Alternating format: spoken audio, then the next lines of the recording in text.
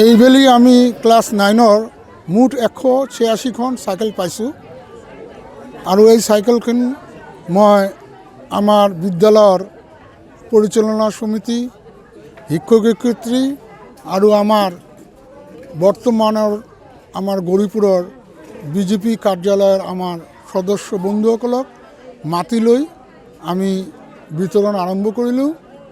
তো এই যে চাইকেলটোৰ কথা বহুত দিনৰ পৰা চাইকেল বিতৰণ চলি আছে, এইটো চাইকেল বিতৰণৰ পিছত আমাৰ চৰকাৰৰ যে দূৰদৰ্শিতা আছে এইটো আমি উপলব্ধি কৰিছোঁ।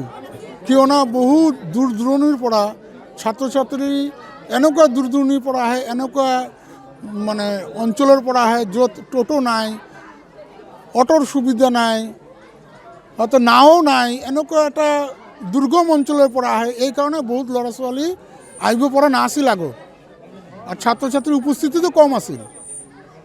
এই যে চৰকাৰৰ এই সিদ্ধান্তৰ বাবে আজিকালি আগৰ তুলনাত বহুত ছাত্ৰ ছাত্ৰীৰ সংখ্যা আমাৰ বিদ্যালয়ত বৃদ্ধি পাইছে আৰু যিটো অনুপস্থিতিৰ হাৰো কমিছে।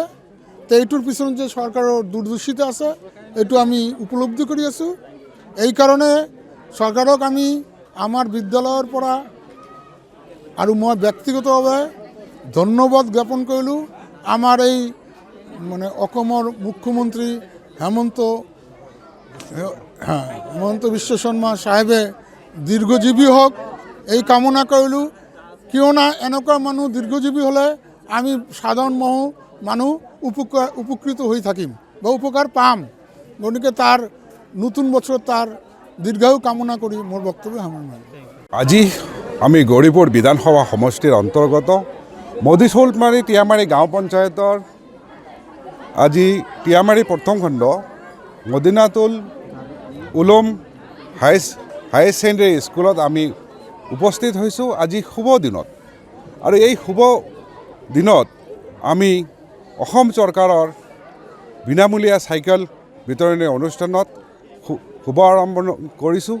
আৰু লগতে আমি এই মুখ্যমন্ত্ৰী ডাঙৰীয়া যি দূৰদৰ্শী নেতৃত্ব, ছাত্ৰ ছাত্ৰীসকলক বিনামূলীয়া চাইকেল প্ৰদান কৰা, এই বাইচাইকেল প্ৰদান কৰাৰ ক্ষেত্ৰত ছাত্ৰ ছাত্ৰীসকলে উপযুক্ত সময়ত বিদ্যালয়ত আহিব আৰু লগতে যিবিলাক ছাত্ৰ ছাত্ৰী ড্ৰপ ডাউন হৈ যায় সিহঁতৰ মনত দুগুণ উৎসাহ বাঢ়িব, সিহঁতেও বিদ্যালয় অহাৰ কাৰণে দুগুণ উৎসাহেৰে আহিব আৰু পাঠদান কৰিব।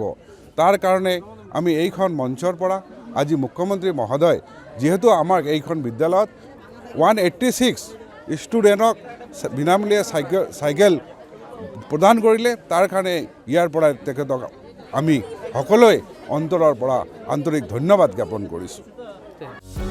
যিকোনো খবৰৰ বাবে যোগাযোগ কৰক আমাৰ এই নম্বৰত 9181 307 221।